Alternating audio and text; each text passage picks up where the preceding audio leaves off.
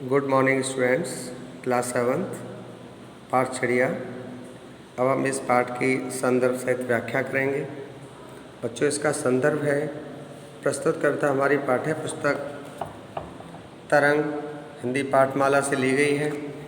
इसके रचयिता श्री R.C. प्रसाद जी हैं और हमारी इस कविता का शीर्षक है चिड़िया। और इस चिड़िया के गीत के माध्यम से समस्त धरती के जीवों को एक अच्छा जीवन जीने का संदेश दिया है। और देखते हैं वो संदेश क्या है। सबसे पहले आप यहाँ एक पिक्चर देख रहे हो जिसमें आप हैं नीचे और ऊपर बहुत ही खुश एक चिड़िया है, अपने आप में बहुत खुश है। चलो इसकी व्याख्या करते हैं बच्चों।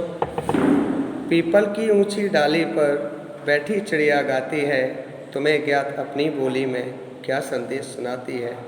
एक पीपल की सबसे ऊंची डाली पर एक चिड़िया बैठी हुई, आपको पता होना चाहिए कि हमें क्या संदेश देती है।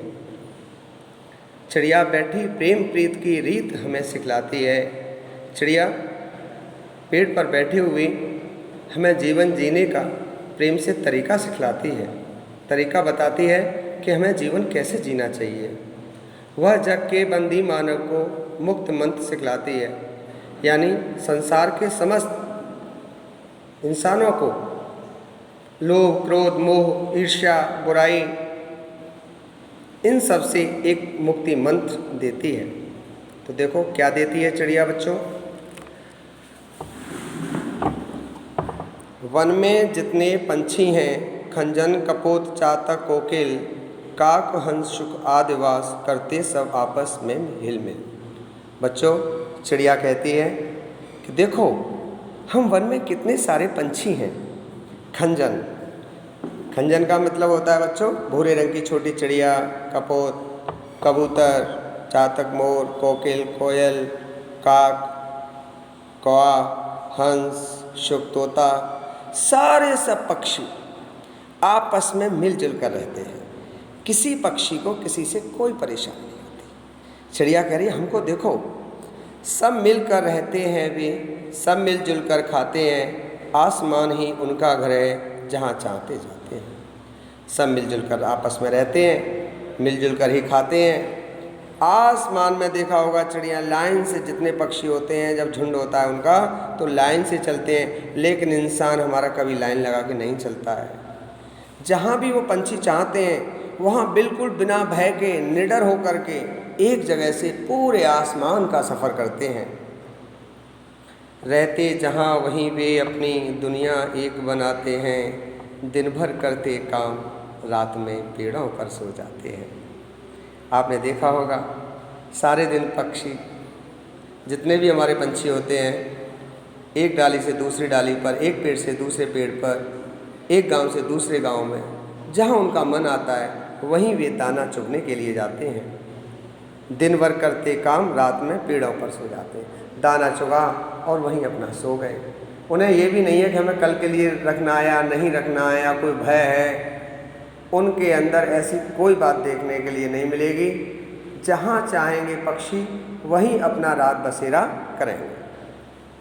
उनके मन में लोभ नहीं है, पाप नहीं है, परवाह नहीं। उनके मन में किसी तरीके का लोभ नहीं है कि मुझे धन संपत्ति इतनी कमानी है कि मेरी साथ पीढ़ी खाएंगी, अरे मुझे ये लेना है, वो लेना है, उसके लिए रखना है, कुछ नहीं।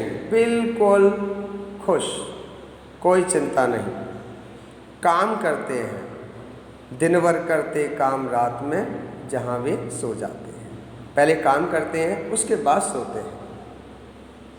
उनके मन में लोभ नहीं है, पाप नहीं, परवाह नहीं।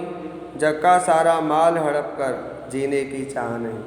उनका ये भी नहीं है बेईमानी से दूसरों की कमाई हुई मेहनत की पैसों को अपने घर में बोरियों में रखें, अपनी बिल्डिंग बनाएं, ऐश्वर्य की चीज़ें लाएं। उन्हें नहीं है, उन्हें पता है रहते जहाँ वहीं वे अपनी दुनिया एक बनाते हैं। आपने पंछियों को देखा होगा, जहाँ भी जाएंगे वहाँ अपना घोंसला बनाएंगे। उनका ये नहीं है कि एक घोंसला मैंने नोएडा में बनाया, एक मैंने कलकत्ता में बनाया, एक मैंने बिहार में बनाया, एक बंगाल में बनाया। मैंने 4-4 घर नहीं बनाए। पक्षी जहाँ रहेगा वहीं अपना एक घोंसला बनाएगा, उससे हमें सीख लेनी चाहिए। उनके मन में लोभ नहीं है, पाप नहीं है, परवाह नहीं, जग का सारा माल हड़प कर जीने की चाह नहीं।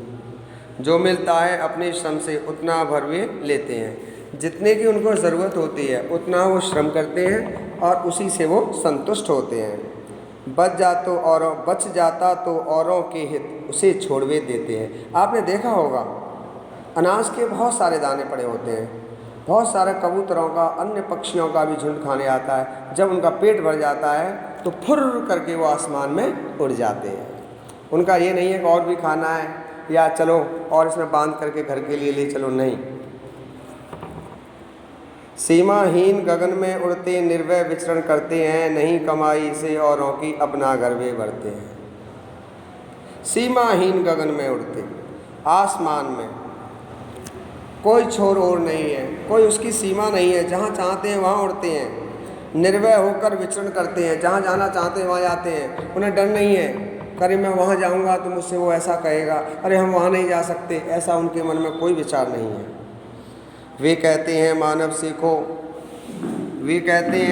सीखो, तुम हमसे जीना जग में, हम स्वच्छंद और क्यों तुमने डाली है बेड़ी पग में।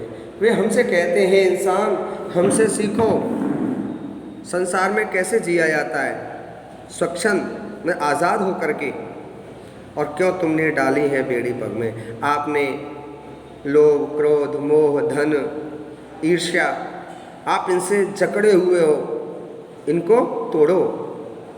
तुम देखो हमको फिर अपनी सोने की कड़ियाँ तोड़ो। हमको देखो, आप जो बंधन से जुड़े हुए हो, आपके अंदर जो बुराइयाँ हैं, औरों को देख करके ईर्ष्या करना, ऐश्वर्य की ओर देखना, दूसरों के माल को हड़पना और अधिक धन कमाने की चाहत में गरीब इंसानों के धन को अपनाना, अपनी झोलियाँ भरना, ऐसा करना बंद करो।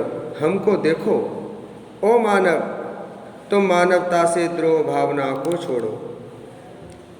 हे इंसान, अपने मन से जो आपके अंदर बुराई है उसको भलाई में बदलो, मानवता का परिचय दो, द्रोह भावना को छोड़ो। जो आपके अंदर लड़ाई झगड़े की भावना है इसको त्यागो।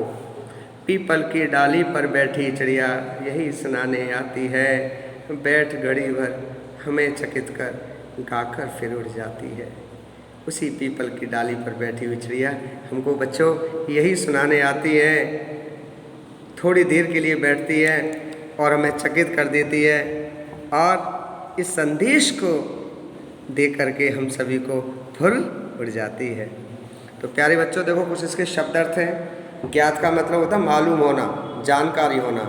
रीति यानी तरीका, खंजन भूरे रंग की छोटी चिड़िया, a small brown a coloured bird. कपोत कबूतर, सारंग कोकिल, कोयल काक कोया, शुक तोता, गगन आकाश, विचरण घूमना फिरना, स्वच्छंद आज़ाद, ये सारे शब्दार्थ हैं बच्चों। और आप इस कविता को कॉपी में लिखेंगे, इसके शब्दार्थ लिखेंगे और इस कविता को पूरा आपको लर्न करना है अच्छे से, और इसमें जो आदतें बताई हैं उनको आप अपने जीवन में अपनाएंगे। इस कविता ने आपको यही संदेश दिया है कि आपको बिना भय के अपना कर्म करना है, किसी से डरना नहीं है, अपनी पढ़ाई पर ध्यान देना है और एक पढ़ लिख करके आपको एक अच्छा नागरिक बनना है। That's all.